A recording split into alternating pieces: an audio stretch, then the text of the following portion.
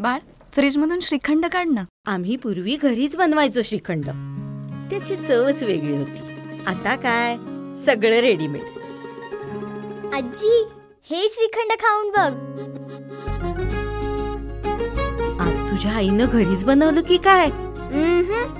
हे आहे गोकुळचं श्रीखंड. अगदी जिभेवर रेंगाळणार. जिभेवरच नाही तर मनावरही रेंगाळणार. गोकुळ श्रीखंड, मनावर रेंगाळणार. विविध रंगीबेरंगी तिळगुळांनी सजली बाजारपेठ.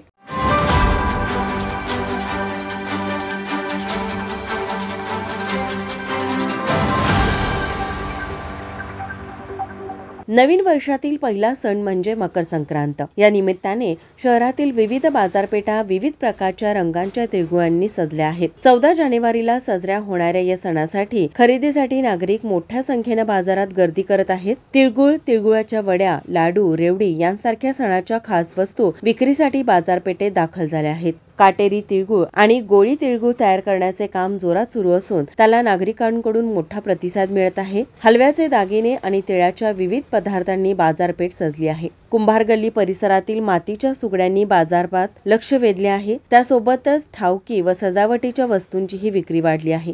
गाजर, मटार, भुईमुगाच्या शेंगा, हरभरा, बाजरीसारख्या शेतीमालाच्या खरेदीसाठी ग्राहकांची विशेष गर्दी आहे. संक्रांतीच्या औषधासाठी मसाल्याचे जिन्नस आणि भाजीपाला खरेदीसाठी बाजारपेठा फुलल्या आहेत. या सणानिमित्त काळ्या रंगाच्या वस्त्रांची विशेष मागणी असते, त्यामुळे शहरातील कपडे बाजारपेठाही सजल्या आहेत. माझा महाराष्ट्र न्यूजसाठी कॅमेरामन नाज अत्तारसह अमृता पवार, कोल्हापूर.